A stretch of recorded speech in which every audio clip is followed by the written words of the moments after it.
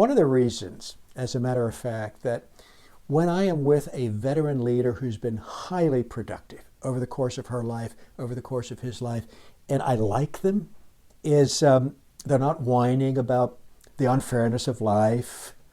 That wears you out. You know, they know trouble's part of life. They're not hiding and playing it cool like Oz behind the curtain, you know, close to the vest and, you know, never let them see you sweat. And you can see in their eyes that they're full of pain, but they're hiding. They're not like that. You know, the guard is down. You can see the softness, the love. You can see the confidence in their eyes because they've been through some things. They've survived them, and they've become softer, warmer, more loving, more trusting, more beautiful, rather than hard, bitter, sly, clever. And they have a deep sense of gratitude, you know, quite to the contrary of having a sense of entitlement, like I'm entitled to not have to suffer. They have lost that. They've lost that sense of elitism and privilege and entitlement and arrogance. And it's been replaced with a humility and an appreciation and a gratitude. And that is so attractive.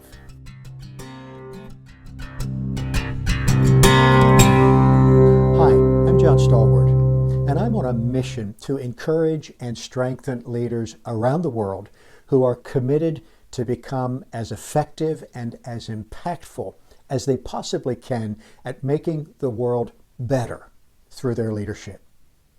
Over the last number of weeks, I've been introducing you to this channel and laying out the work that we will be doing together in the months ahead around understanding, first of all, what is our calling and challenge as leaders in the world when we decide to stand up and face into either challenges or opportunities that are in front of us and we want to actually make a difference. And also to unpack specific skills and tools that I've learned from sitting at the feet of extraordinary leaders over the last 25 years. Last week, I spoke about suffering in general and the fact that we can't escape it and the fact that it doesn't disqualify us. That is to say, if we find leadership difficult, we are in the middle of the bullseye of that group of leaders around the world who are extraordinary.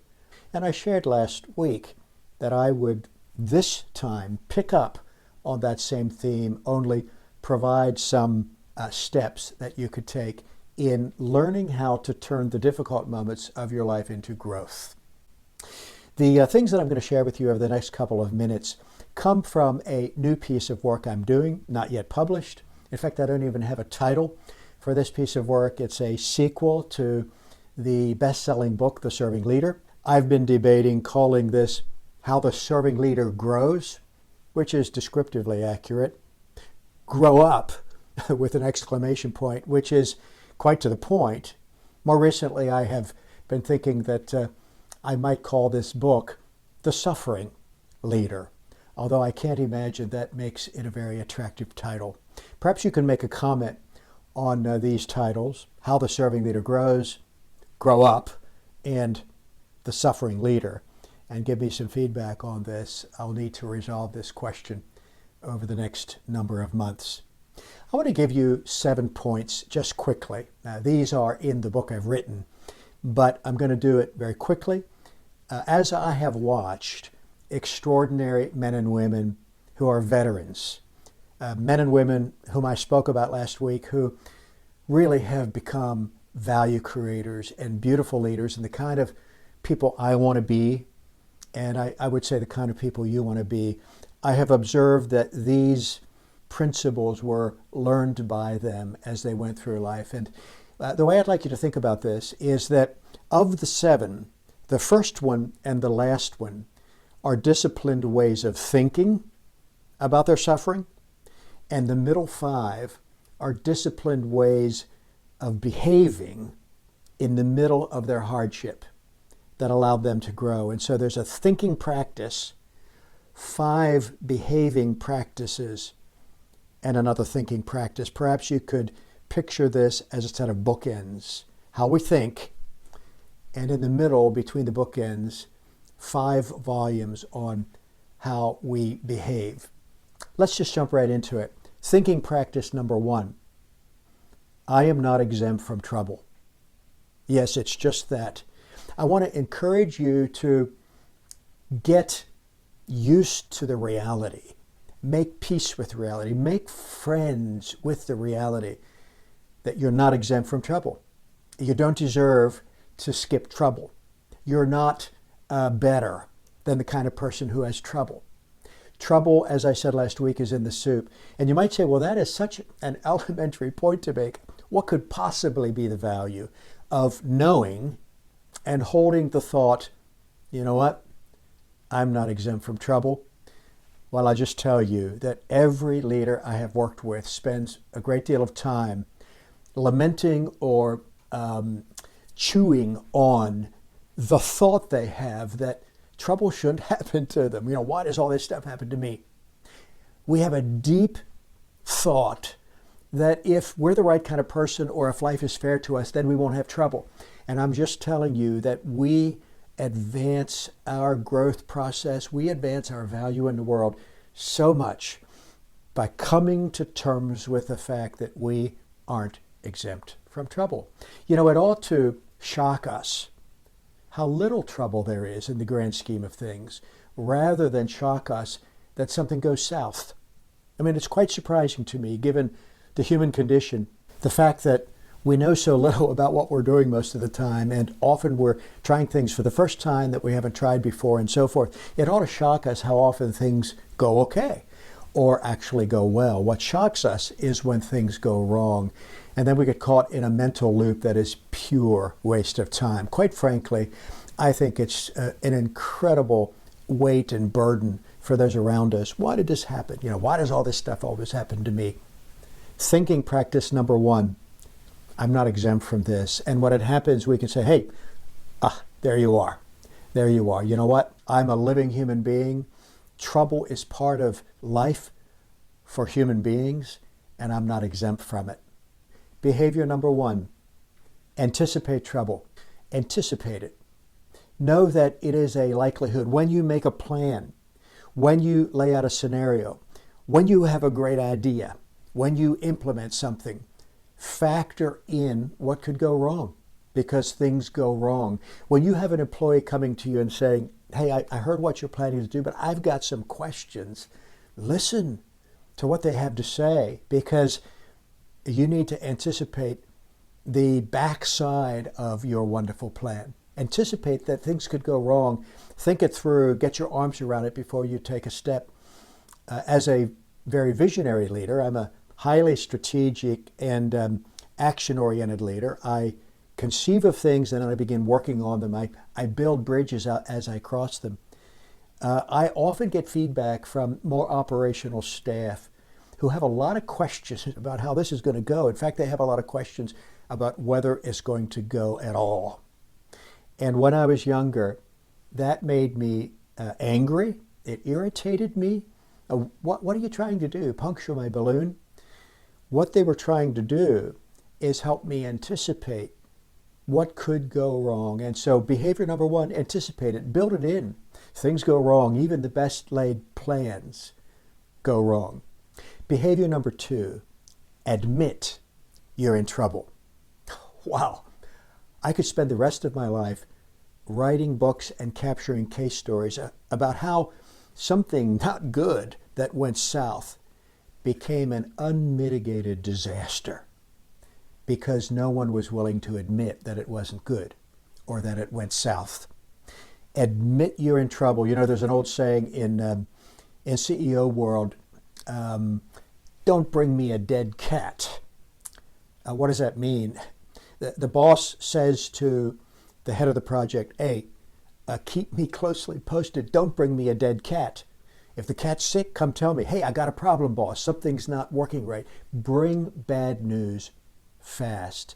So behavior number two, admit you're in trouble. It is not subject for today's reflections how much hiding we do, how much shame we feel, how insecure we are. You know, we look out on other people for whom things seem to be going well, and then something goes wrong for us, and we think, oh man, I can't let people know this, right? Never let them see you sweat. Terrible advice. Maybe that's all right in a negotiation, with a high stakes moment where you really need to play it cool. But that is not all right if you're a husband or a wife or a father or a mother or a boss or an employee. That is not okay if you're a supervisor, if you're trying to get a project done and you're on lead. Admit you're in trouble and say, hey, team, come around. I'm concerned about something that's not working, and I've got to get it out of me up into the light and in the presence of all of you so we can think about it together. Which leads directly to behavior number 3, align yourself with others. I tell you where I don't want to be when something has gone south. I don't want to be alone.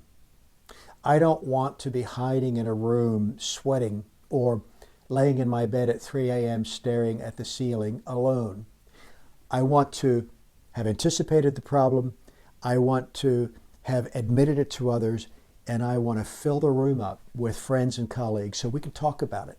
You align with others, and you bring out into that open space what's going on so that 2 heads are better than 1, 3 heads are better than 2, and so forth.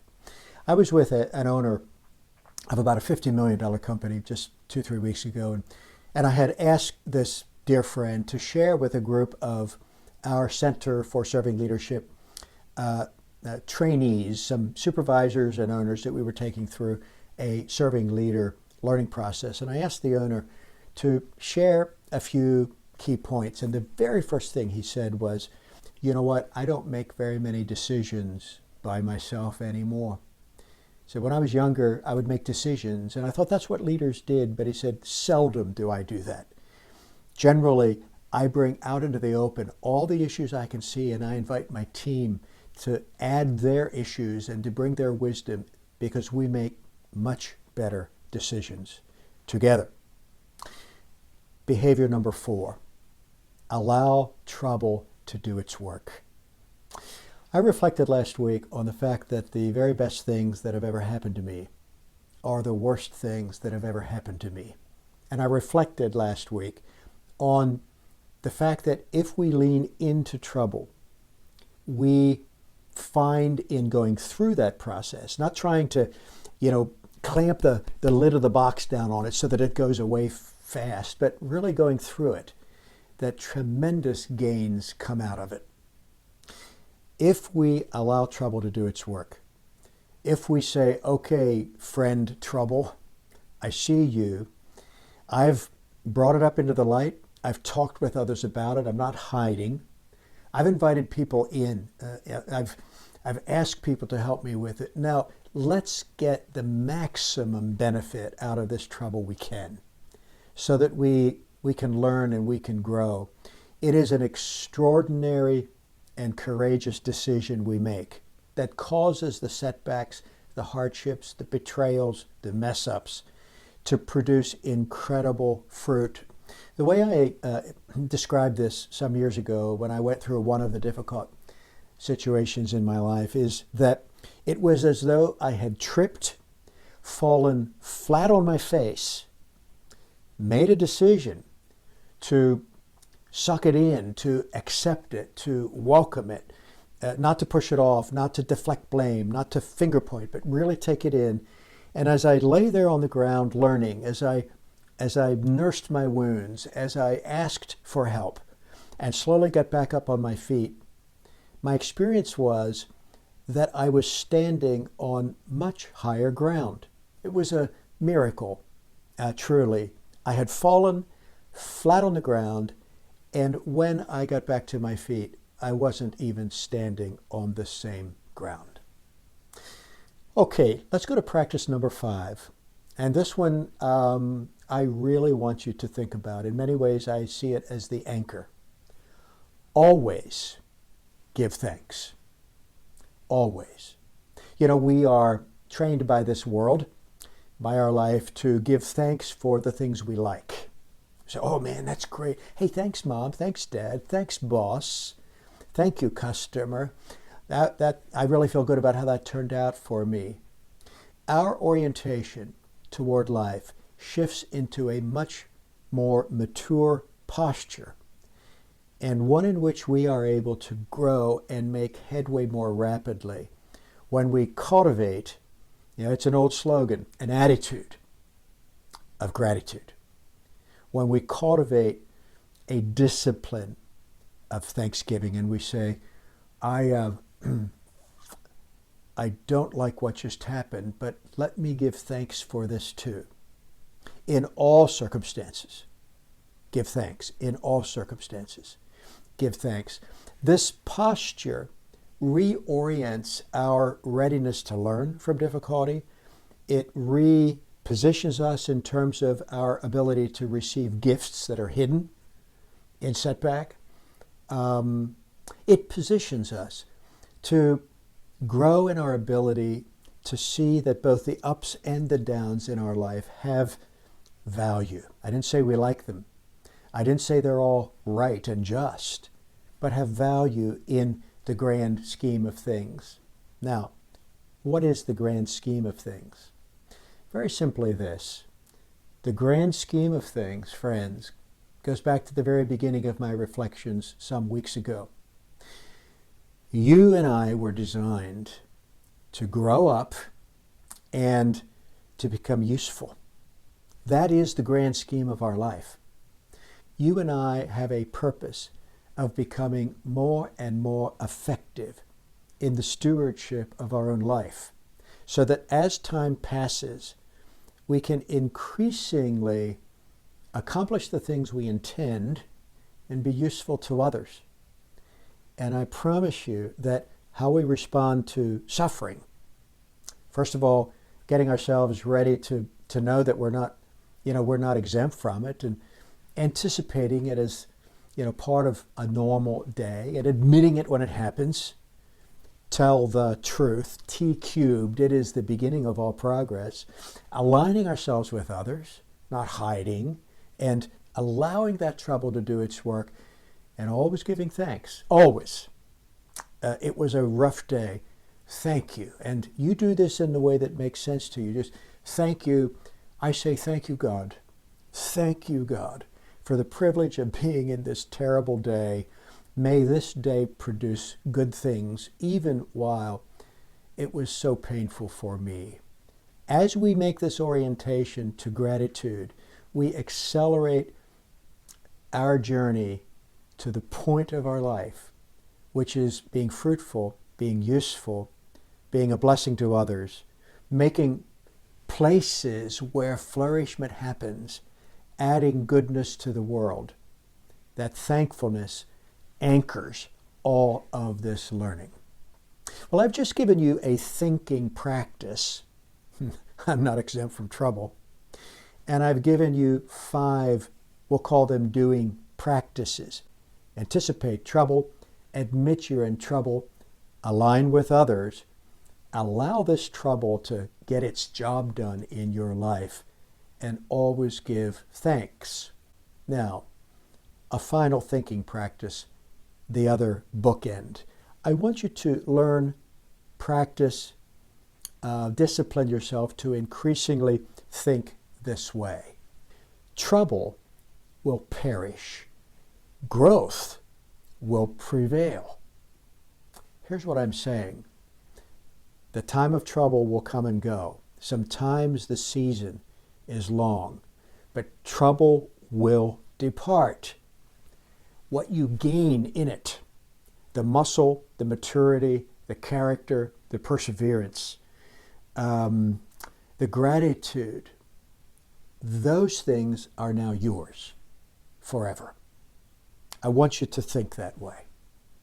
So these are just a few, I call them practices of thinking, practices of doing, that I have observed marvelous leaders learned how to do. One of the reasons, as a matter of fact, that when I am with a veteran leader who's been highly productive over the course of her life, over the course of his life, and I like them, one of the reasons I really like to be with people like this is they're not whining about the unfairness of life. That wears you out. They know trouble's part of life. They're not hiding and playing it cool like Oz behind the curtain, close to the vest and, never let them see you sweat. And you can see in their eyes that they're full of pain, but they're hiding. They're not like that. The guard is down. You can see the softness, the love. You can see the confidence in their eyes because they've been through some things. They've survived them, and they've become softer, warmer, more loving, more trusting, more beautiful, rather than hard, bitter, sly, clever.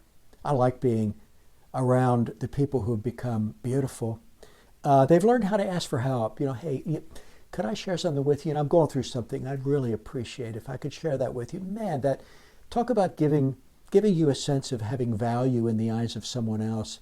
I love that. When I experience that, I want to do that for others. And they have a deep sense of gratitude. Quite to the contrary of having a sense of entitlement, like I'm entitled to not have to suffer. They have lost that. They've lost that sense of elitism and privilege and entitlement and arrogance. And it's been replaced with a humility and an appreciation and a gratitude. And that is so attractive. Elder leaders who have become high-impact leaders are men and women who have become beautiful human beings. And this is what I really want for you, to grow up into the leader you were meant to be so that you can make the greatest impact possible. Remember the mission I'm on. It is to encourage and strengthen men and women around the world who have committed themselves to become as impactful and as effective as they possibly can at making the world better through their leadership. Well, would you do me a favor before you finish this video and put a like on it? That helps us so much. And subscribe so that you can be alerted to the next time we post. And make any comments, suggest any thoughts you have about your own experience of growing up. It would mean so much to me. And again, it helps us in our mission of reaching more people. And then until next week, I encourage you on in your journey of growth and impact. You were born to make a difference. That is the intent of God. That's the intent of the universe for you. And I encourage you to stand strong this week in the things that you need to deal with. Trust more, develop more gratitude and thankfulness. Lean on the people around you so that you can continue to grow as a wonderful serving leader.